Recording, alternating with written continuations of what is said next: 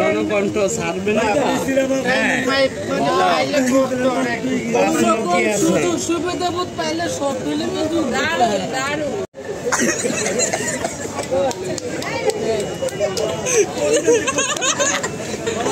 আরেকবার দেওয়া যায়, আরেকবার দেবো,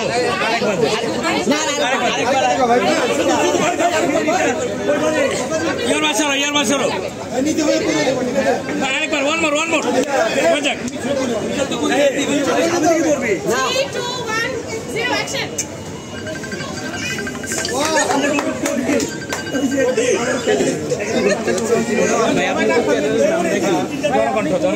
জনকণ্ঠ ছাড়বে না।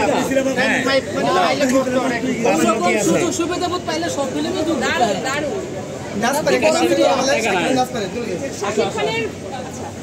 ওর সাথে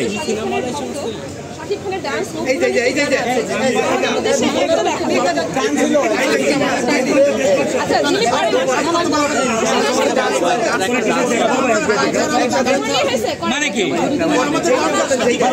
গান বলবেন না, গানে নাচতে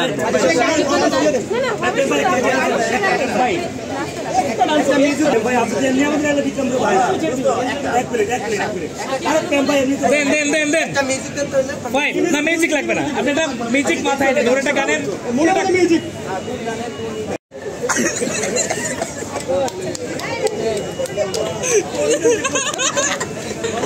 আরেকবার দেওয়া যায়, আরেকবার দেবো,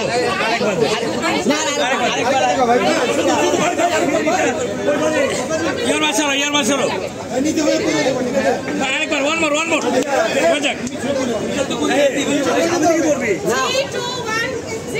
বরাবরই সাকিবের ছবি দেখাচ্ছে, সেই কারণে সাকিবের ছবি দেখবো, অন্য কোনো ছবি দেখবো না।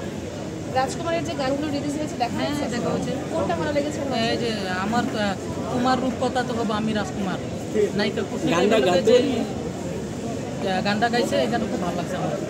তো আমি একাই রাজকুমার নামের যে গানটা হলো সেটা নিয়ে কিন্তু সাকিব ভক্তদের ভিতরে বেশ একটা মিশ্র প্রতিক্রিয়া আমরা দেখতে পাচ্ছি। এটা নিয়ে আপনার কি বলার আছে? এটা নিয়ে কি বলবো, আমি ছবিটা যখন দেখবো গানটা ভালো লাগবে, গানটা নগদ আমি টিকটক বানা ফেলবো, কারণ আমি একজন টিকটকার সেলিব্রিটি। ওই গানটা নিয়ে আমি একটা টিকটক বানা ফেলাম মোটামুটি। ছবিটা দেখুন, বেরোবার পরে বানাবো।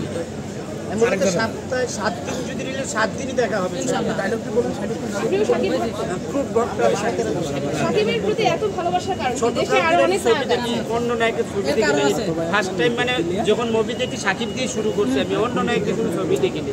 সাকিবের ছবি দেখার কারণে একটা সে অল দ্য বেস্ট, সারা পৃথিবীতে অল সাইড তার পারফেক্ট, তার হাসি, তার কান্না, তার এই ছবির কোনো ডায়লগ মনে আছে? এই ছবির কোনো ডায়লগ জানেন? কোনটা ডায়লগ দেন? এই ছবি তো রিলাম এখন অনলাইন থেকে টিকিট কাটছো? আমরা অনলাইনে টিকিট কাটা হয়েছে, ইনশাআল্লাহ ছবিটা দেখবো। দেখার পরে যদি কোনো ডায়লগ মনে থাকে তারপর নেক্সট মাসে খান সাহেবের আগে পরে কোনো ডায়লগ? খান সাহেবের আগে পরে প্রিয়তম মুভি দেখছি, একটা ডায়লগ মনে থাকলে দেন তো। সাকিবের যে কোনো ডায়লগ, সাকিবের যে কোনো ডায়লগ